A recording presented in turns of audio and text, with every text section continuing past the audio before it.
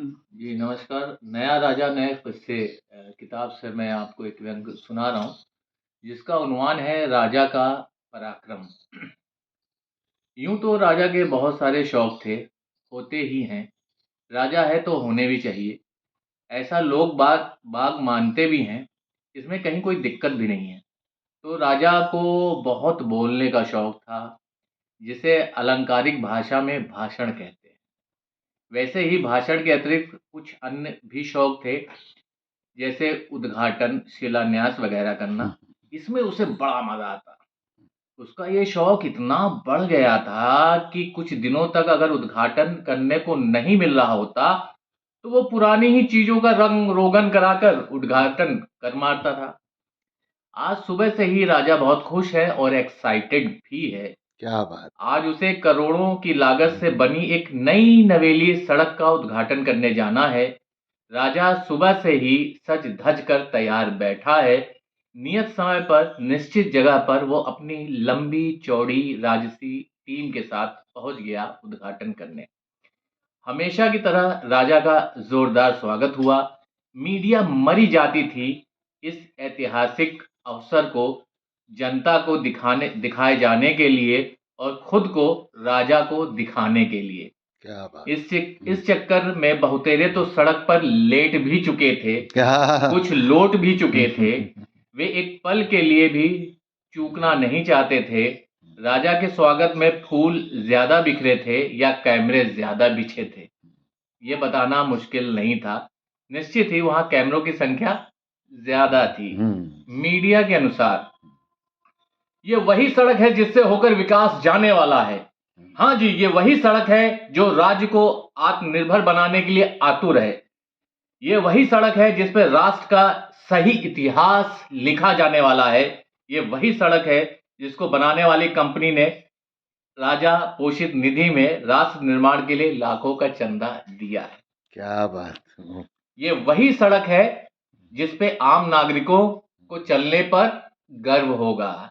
ये वही आधे किलोमीटर की सड़क है जिसके लिए राजा जी मीलों का सफर तय करके आए हैं। ये जी हाँ, ये वही सड़क है, राजा जी की तपस्या का फल है। मीडिया ने इस पंक्ति को बार-बार दोहराया और इन्हीं सारी बातों को राजा भी अपने अंदाज में सड़क उद्घाटन के उपरांत अपने भाषण में कहने वाला था। कुछ औपचारिकताओं के बाद अब बारी थी नई सड़क के उद्घाटन की। राजा ने नारियल उठाया और उसे सड़क पर पटक दिया। जोरदार तालियां बजीं। सामान्यतः नारियल के 2 टुकड़े हो जाने चाहिए थे, मगर ऐसा नहीं हुआ। कैमरों ने देखा कि राजा ने जहां नारियल पटका वहां गड्ढा था। नारियल तो अक्षुण्ण बना रहा, मगर नई नवेली सड़क वहां धंस गई जहां नारियल को पटका गया था। राजा ने भी ये देखा। कुछ पल के लिए सन्नाटा छा गया। जो रिपोर्टर सजीव प्रसारण कर रहे थे, सहसा वे निर्जीव से हो गए। दरबारी सहित सभी की जान सूख सी गई। राजा अविचल खड़ा रहा। राजा ने नारियल को दोबारा पटका। अब वह 2 टुकड़ों में था। राजा ने गड्ढे को देखा। कुछ क्षण शांति के बाद गड्ढे को देखकर राजा ताली पीटकर जोर से हंस पड़ा। राजा के हंसते ही फिर मंत्री हंसा। मंत्री के हंसते ही दरबारी हंसे। दरबारी के हंसते ही मीडिया कर्मी हंसे और देखते देखते वहां सब हंसने लगे। एक बार फिर हर्षोल्लास का माहौल निर्मित हो गया। राजा ने मंत्री के कान में बोला, अब देखो। मंत्री चुपचाप देखने लगा। आगे क्या होने वाला है यह सोचकर वो रोमांचित हो गया, जबकि वो ठीक ठाक अनुभवी था। राजा ने कैमरे की ओर मुंह कर किसी बॉडी बिल्डर की तरह अपने दोनों बाहों को मोड़ा। ठीक वैसे ही जब बॉडी बिल्डर अपने शारीरिक सौष्ठव का प्रदर्शन करते हैं। राजा की इस भंगिमा को देखकर मीडिया कर्मी जोश से भर उठे। ऐसा करते ही वहां राजा की जय जयकार होने लगी। देखते ही देखते मीडिया कर्मी संवेद स्वर में चीख चीख कर समस्त राष्ट्र को राजा के लेटेस्ट पराक्रम के बारे में बताने लगे। राजा को बाहुबली की उपाधि से नवाजने लगे। देखिए राजा की अतुलनीय शक्ति, नारियल को दिया पटक तो सड़क गई चटक।